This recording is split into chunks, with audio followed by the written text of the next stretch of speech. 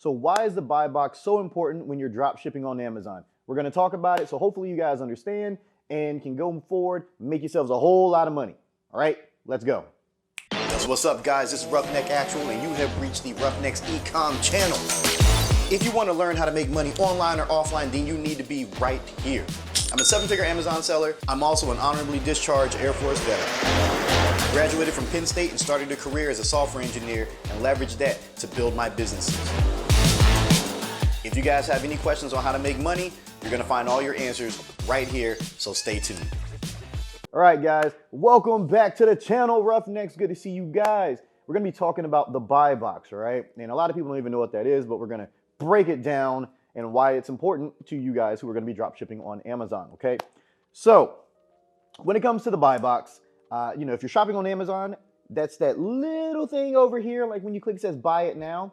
Usually if you are drop shipping a certain type of way, whether you're doing wholesale or retail arbitrage, things like that, you're going to be competing with other sellers. Well, whoever owns the buy box at that point in time will get credited for the sale if someone clicks buy it now. You want to hold the buy box because guess what? You want to make some money, right? It's much easier to own the buy box and get credited for a sale than it is for someone to scroll through the list of other sellers, right? So there's the buy box, the buy it now, and then, see from other sellers at the bottom. It's a little thing, you click it, and then it'll show all the other people that are on that particular listing. If you are not in control of the buy box, you're going to show up on that second page, which almost nobody ever goes to unless you are the sole seller on that particular listing. And we're going to talk about that in a second. Now, why is it really, really important? As I said before, you're not going to get credited for a sale if you don't own the buy box. Okay. And when you're drop shipping, you're going to be competing with a lot of other people, mainly because the listings that you're going to be getting on, are going to be more popular as far as like sales history, things like that. Okay. That's what drop shipping is really all about. You want to find profitable items that are going to make you money. And in order for them to make you money, they need to have some type of desire. Okay. You can't just be drop shipping stuff that nobody cares about. The stuff that people care about, multiple sellers on there, which in turn means you need to get the buy box and hold it for a longer period of time than the other sellers if you want to make the most amount of money. You're not going to hold the buy box every single day, or in some cases, yes, but generally you're not. You're going to own the buy box for maybe a day or two at most.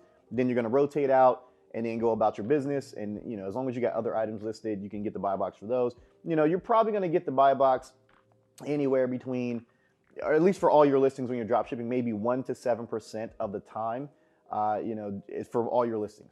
Okay, so your buy box ownership will be roughly 1 to 7% of the listings that you have, at least when you're drop shipping.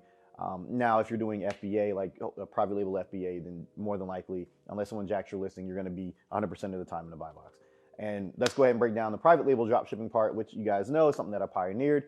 More often than not, you're not going to get the buy box for your listings right off the bat until Amazon does like their silent audit. They could take up to 90 days or so for you to be eligible to receive the buy box for your own products. Not unless you're going to be doing FBA. Typically, if you're doing FBA, you'll get the buy box opportunity right off the bat if you're doing private label FBA. So when you create your listing, if you're doing FBA, you send the items in, Amazon will more than likely give you the buy box right off the rip. If you're doing private label drop shipping, they might not. If you're going to be doing, obviously seller fulfilled, which would be, drop shipping.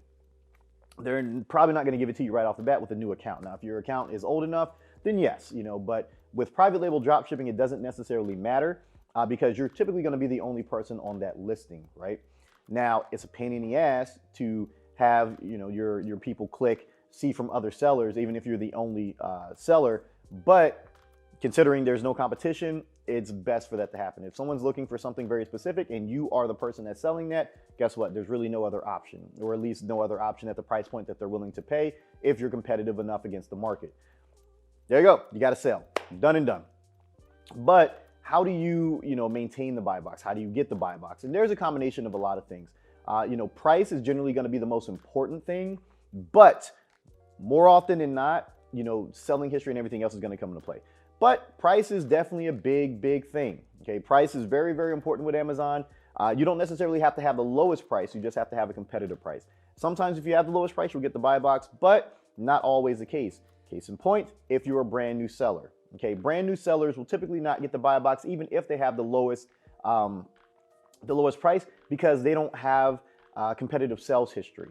Okay, there's a lot of people that have better seller's history than you. So let's say you're brand new, you don't have any reviews whatsoever, but you have the lowest price. Well, someone who comes in who has a, even a 4-star rating, they may get the buy box over you. Not may, they're probably going to get the buy box over you, even if the price is higher, because they have a trusted sales history. Okay, that's just the way it's going to be.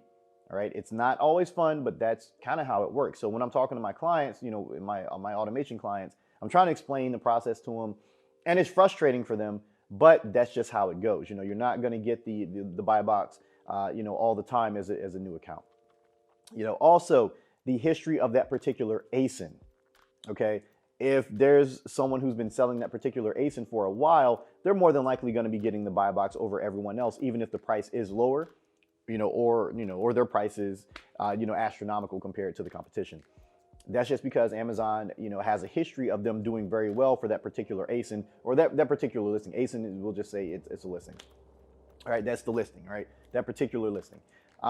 Now, in your case, if you're a new seller, if you have the lowest price, you have a decent selling history, but this person also has a decent selling history and has a really good history for selling that particular item, you're probably going to get beat out for the buy box more often than not. Okay, that's just the nature of the beast.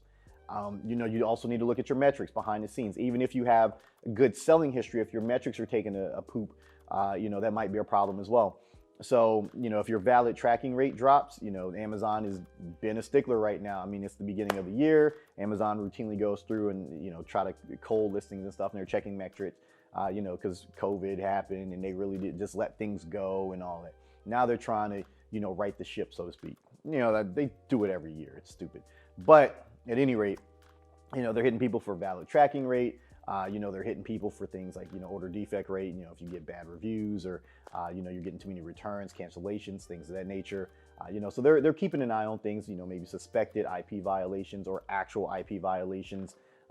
They're really, really on top of it. And if you have little marks against your metrics, sometimes they'll sap the buy box percentage that you have for your listings. Okay. So those are some of the things that you need to worry about with the buy box. All right, and on getting the buy box, and now we talked about why it's very, very important for you to have the buy box in order to get those sales, because without the buy box, it's going to be very, very difficult for you to be able to make a whole lot of money. You see these guys talking about 100K months, they have the buy box a good percentage of the time, maybe even higher than 7% in some cases, or, maybe they control the buy box for a very, very high volume item. Doesn't necessarily mean they're making a ton of money. It just means they're getting a lot of sales. Okay, people who drop ship from Walmart specifically, and that's their main supplier, the metrics aren't near as good, guys. I'm just going to be honest with you. The margins aren't near as high as they'd like you to believe. It's just not true. Okay, there's generally a lot of high volume items rolling through, and when you have a good selling history of moving a lot of items, you're going to get the buy box more often than not, which can lead to sales being $100,000, $200,000, $300,000, $400,000 a month. All right, but the margins are generally smaller because they have it's a more high volume, lower profit margin item in those cases, because there's a lot of sellers, and as more sellers come onto the listings, they drive the price down. All right, so once the price goes down, your profitability wanes as well. Okay, even if you have the buy box, you need to remember that other sellers are going to be driving that price down, and if you have your software set up to be competitive, you may be dropping the price point. Now, some software is pretty good, like Web Scraper app is what I use. As long as you're in the buy box, you can set it to where you don't drop the price. And then once you're out of the buy box, you can drop the price accordingly, but whatever. So you want to make sure that whatever strategy you have as far as pricing, can keep you in the buy box longer. And then when you're out of the buy box, try not to drive the price down too much, because you end up creating a dead listing. All right. And you don't want to create a dead listing. That's where it's no longer profitable to yourself and maybe even the other sellers. That just kind of ruins the experience for everybody. There's more than enough money for everybody, more than enough money to go around. So, make sure you keep an eye on that. We'll talk about the software aspect, a little bit later on, in a different video. But just know, guys, that's, why you need to have the buy box. These are some of the things you should look out for with the buy box, and, what you can expect, with the buy box, depending on who your supplier is. So with that being said, man, hopefully you like this video. Make sure you click the little button, subscribe, have the notification bell turned on, so that way you get hit with all the latest and greatest. Check the links below in the description, because you can hit me up on social. I answer all my messages personally. If you have any questions, you can drop them here in the video, or you can drop them on social media. It is what it is. So be safe, be smart. Catch you guys in the next one. Peace out.